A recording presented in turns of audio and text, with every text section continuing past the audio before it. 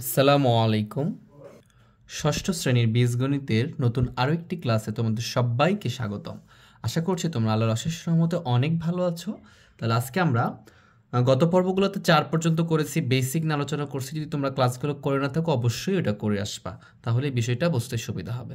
তো এখানে কি বলছে দেখো, 5-এর ক নম্বরে বলতেছে যে প্রত্যেক পদের সহগ নির্ণয় করো।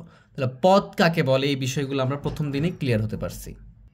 তাহলে অবশ্যই আগের পর্বগুলো যদি করে থাকো তাহলে এটা খুব ভালো করে বুঝবা, যদি করে না থাকো অবশ্যই করে আসবা। তাহলে প্রত্যেক পদের সহগ নির্ণয় করো। তাহলে পদ কাকে বলে, এই যে একটা করে আছে এগুলো প্রত্যেকটাই পদ, একটা একটা পদ। এগুলো পদ কিভাবে নির্ণয় করতে হয় এটা আমরা জানি। ক্রিয়াসূচক চিহ্ন থাকলে পদ সংখ্যা হয়। যদি একটা ক্রিয়াসূচক চিহ্ন থাকে দুইটা পদ হয়, এখানে কোনো ক্রিয়াসূচক চিহ্ন না, মানে কি এটাই একটা পদ, এটা একটা কি পদ। তাহলে আমি যদি 1 নম্বর থেকে সমাধান শুরু করি, দেখো 1 নম্বরটা করতেছি আমরা। 1 নম্বরে কি বলছে, এই পদের বলছে প্রত্যেক পদের সহগ, তার মানে এই পদের সহগ নির্ণয় করতে বলছে। তার মানে এখানে কি আছে দেখো, 6b, এটা একটা পদ। এর অর্থ কি, আমরা জানি যে b এর 6 গুণ, মানে কি b গুণ 6 এটা আছে, বা 6 গুণ b একই কথা, 6 গুণ b বা b গুণ 6 একই কথা। তাহলে অতএব এইখানে যেটা থাকবে, চলক যেটা থাকবে সেটার সহগ হবে। বুঝতে পারছো, চলক যা থাকবে তার কি সহগ। তাহলে এখানে চলক কি b, কারণ বীজগণিত কি, যেখানে জানা মান এবং অজানা মান থাকে সেটা বীজগণিত। তাহলে এখানে কি 6 আমাদের জানা মান, আর বিটা কি অজানা মান, আর যেটা অজানা মান অজ্ঞাত রাশি সেটাকে আমরা চলক বলি। তাহলে এই যে চলকের পাশে যেটা থাকে সেটা তার সহগ। তাহলে বি, তাহলে আমি এখানে লিখবো যে বি এর সহগ সহগ সহগ হচ্ছে 6, এটাই হচ্ছে অ্যান্সার, এটাই অ্যান্সার। জাস্ট এটা লিখবো, অতএব বি এর সহগ কত 6। বুঝতে পারছো, অ্যান্সার শেষ। কত সহজ। এইখানে খেয়াল করো 2 নম্বরটা কি দিয়ে রাখছে, 2 নম্বরটা কি দেওয়া আছে, যে এক্স আর ওয়াই দেওয়া আছে এখানে। তাহলে খেয়াল করো এখানে কি কোনো সংখ্যা আছে, দুইটাই তো চলক আছে, দুইটাই আননোন মান জানেন। তার মানে কিছু না থাকলে কি আছে, 1 গুণ আছে, 1 এর সাথে যদি তুমি এক্স ওয়াই গুণ করো তাহলে কি হবে, এক্স ওয়াই হবে, মানে এক্স আর ওয়াই এর 1 গুণ।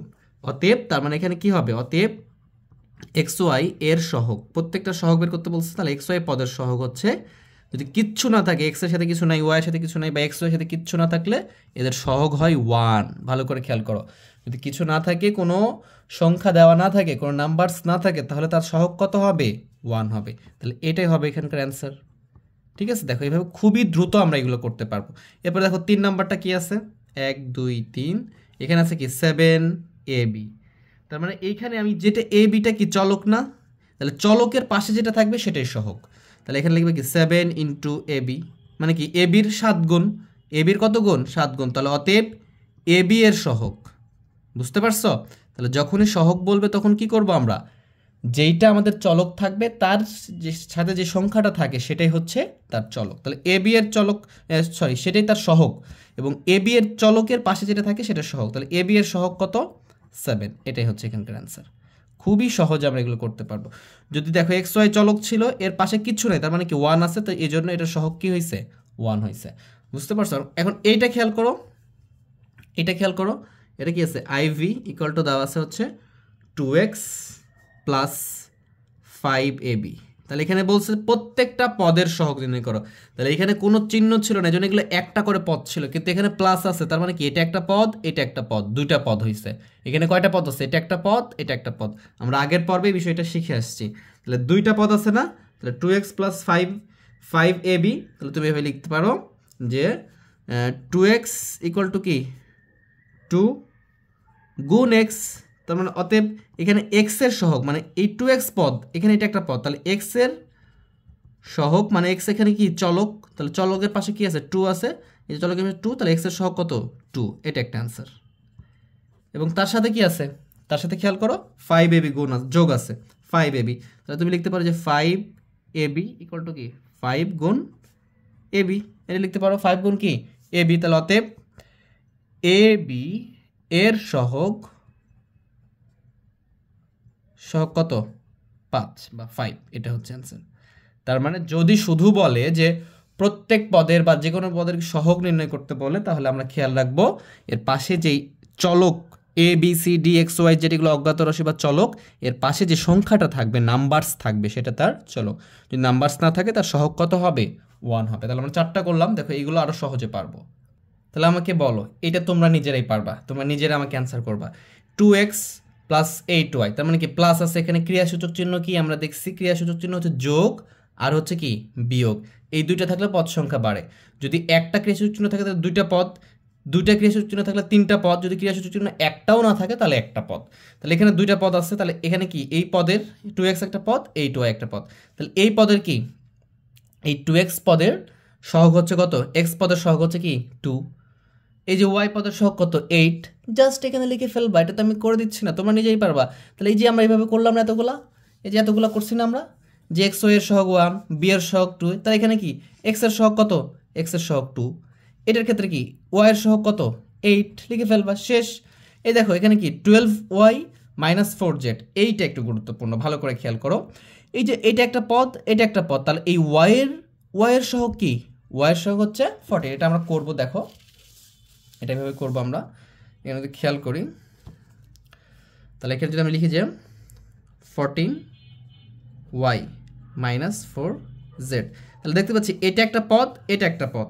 তাহলে আমি যদি এখন লিখি যে 14y ইকুয়াল টু কি লিখতে পারি, 14 ইন্টু y, এটা লিখতে পারি 14 ইন্টু y।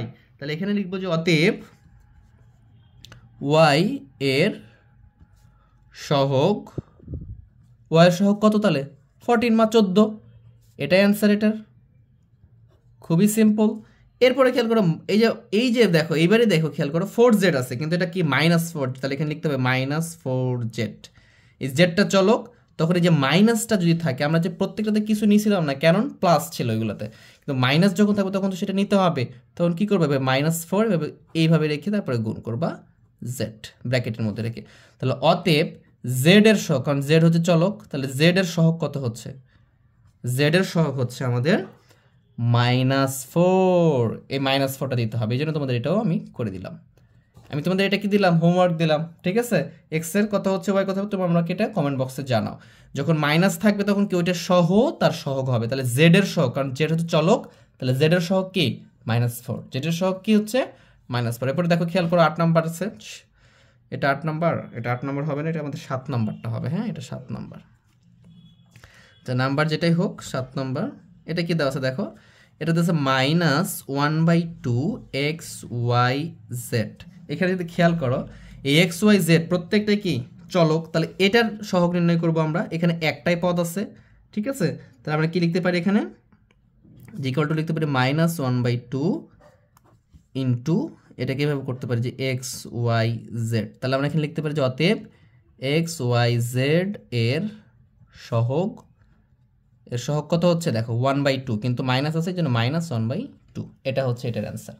বুঝতে পারছো, এটা হচ্ছে কি এটার অ্যান্সার। আশা করি তোমরা বুঝতেছো, যখন মাইনাস থাকবে তাহলে কি ওই সহগটা হবে কি মাইনাস সহ ওই সংখ্যাটা হবে, ঠিক আছে। আশা করি বিষয়টা তোমরা বুঝছো। যদি বলে প্রত্যেক পদের সহগ নির্ণয় করো, তাহলে আমরা প্রত্যেকটা পদের এইভাবে সহগগুলো নির্ণয় করব।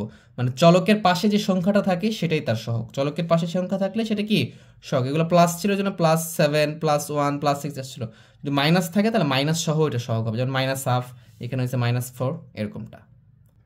আমরা 5-এর ক নম্বরে বলছে প্রত্যেক পদের সহগ নির্ণয় করো। দেখো 5-এর খ নম্বর আবার কি বলছে, এক্স এর আক্ষরিক সহগ নির্ণয় করো। যদি শুধু প্রত্যেক পদের সহগ নির্ণয় করতে বলে তাহলে এই যে দেখো খেয়াল করো, যেগুলো চলক থাকবে প্রত্যেকের পাশে যে সংখ্যাটা থাকে সেটাই সহগ।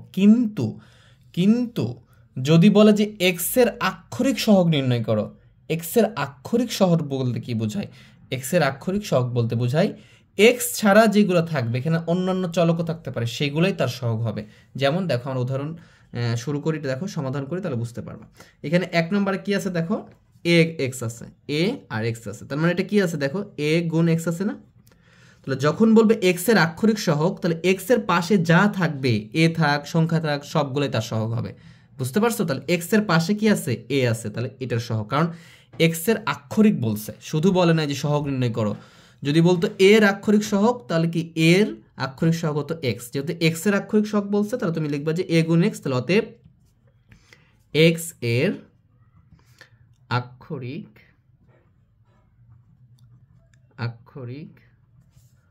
সহগ এ।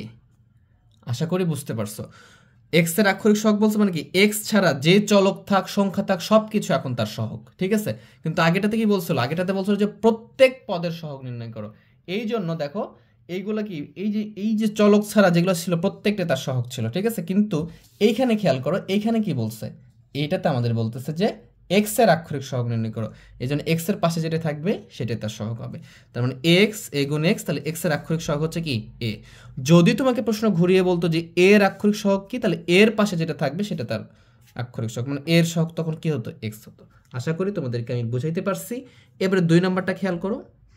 2 নম্বরটা আছে কি আমাদের এক্স প্লাস 3। তাহলে এইটার সমান সমান আমি কি লিখতে পারবো, এইটার সমান সমান আমি এটা লিখতে পারবো যে এ গুণ এক্স, এ আর গুণ এক্স আছে, প্লাস কি আছে 3। তাহলে 3 তো একটা প্লাস যখন হয়ে গেছে তখন দেখো বুঝো এখানে এইটা একটা পদ, এইটা একটা পদ, তাহলে একই পদের সহগ হয়। কিন্তু এইখানে কি 3 এর সাথে কোনো এক্স আছে যে এটার সহগ হবে, তার মানে এটা কোনো সহগই হবে না। এই 3টা কি একটা পদ আছে, কিন্তু এখানে কোনো চলক নাই, এক্স বলে কোনো চলক নাই, কারণ এখানে এক্স এর আক্ষরিক সহগ নির্ণয় করতে বলছে। তাহলে 3 পদের কোনো সহগ নেই, কিন্তু এইখানে দেখো এক্স এর সাথে এ আছে, তাহলে এইখানেও এক্স এর আক্ষরিক সহগ কত হবে। তাহলে অতএব এক্স এর ডট আক্ষরিক সহগ, আক্ষরিক সহগ এ, কারণ এখানে এক্স এর সাথে কি আছে এ আছে, তাহলে এক্স এর আক্ষরিক সহগ কি হবে এ হবে। এরপরে খেয়াল করো এখানে 3 নম্বরটা খেয়াল করো। 3 নম্বরটা আছে আমার কি এক্স প্লাস বিজেড। তাহলে এক্স প্লাস বিজেড যদি হয়, তাহলে আমি খেয়াল করি যে এ গুণ এক্স প্লাস কি বি গুণ জেড, এটা একটা পদ, এটা একটা পদ। তাহলে এখানে যেহেতু এক্স নাই, তাহলে এখানকার কোনো সহগই আমার নিতে পারবো না, কারণ এক্স এর আক্ষরিক সহগ বলছে মানে এক্স এর পাশে যেটা থাকবে সেটাই তার সহগ। এক্স এর পাশে কি আছে এ আছে, এক্স এর সাথে এ গুণ আছে, তাহলে এখানেও এক্স এর আক্ষরিক সহগ কত হবে, লিখবা এক্স এর আক্ষরিক সহগ এ। ঠিক আছে, সংক্ষেপে লিখলাম আমি, তোমরা বিষয়টা বুঝছো। তাহলে আমাকে তুমি জানাও তোমরা যে পি এক্স ওয়াই এর আক্ষরিক সহগ কোনটা হবে। এটা আমি বলেই দিচ্ছি, তাও দেখো পি এক্স ওয়াই, তাহলে যদি আমি খেয়াল করি যে পি এক্স ওয়াই মানে কি পি গুণ এক্স গুণ ওয়াই, তার মানে কি এটাকে আমি যদি পি ওয়াই টেপারে নিয়ে আসি, তার মানে কি এখানে এক্স রাখলাম, তাহলে কি পি এক্স এ, এখানে এক্স এর আক্ষরিক সহগ হচ্ছে পি ওয়াই। পি এর সাথে যা যা গুণ থাকবে সেটা তার কি হবে আক্ষরিক সহগ হবে। তার মানে এখানে এক্স এর আক্ষরিক সহগ হচ্ছে পি আর ওয়াই। বুঝতে পারছো? তাহলে কি লিখবো, পি এক্স এর আক্ষরিক সহগ কি এখানে পি আর হচ্ছে ওয়াই। আশা করি বিষয়টা তোমরা বুঝতে পারছো। যদি এটা আমি করেই দিই তোমাদেরকে, তাহলে তো এইভাবে লিখতে পারো যে P X Y equal to, এই যে এক্স এর সাথে যেটা থাকবে এক্স ছাড়া বাকিগুলো একসাথে লিখবা, গুণ দিবা এক্স। তাহলে অতএব এক্স এর পাশে কি আছে পি ওয়াই, গুণ দিছিল এইভাবে, তাহলে কি লিখতে পারো যে এক্স এর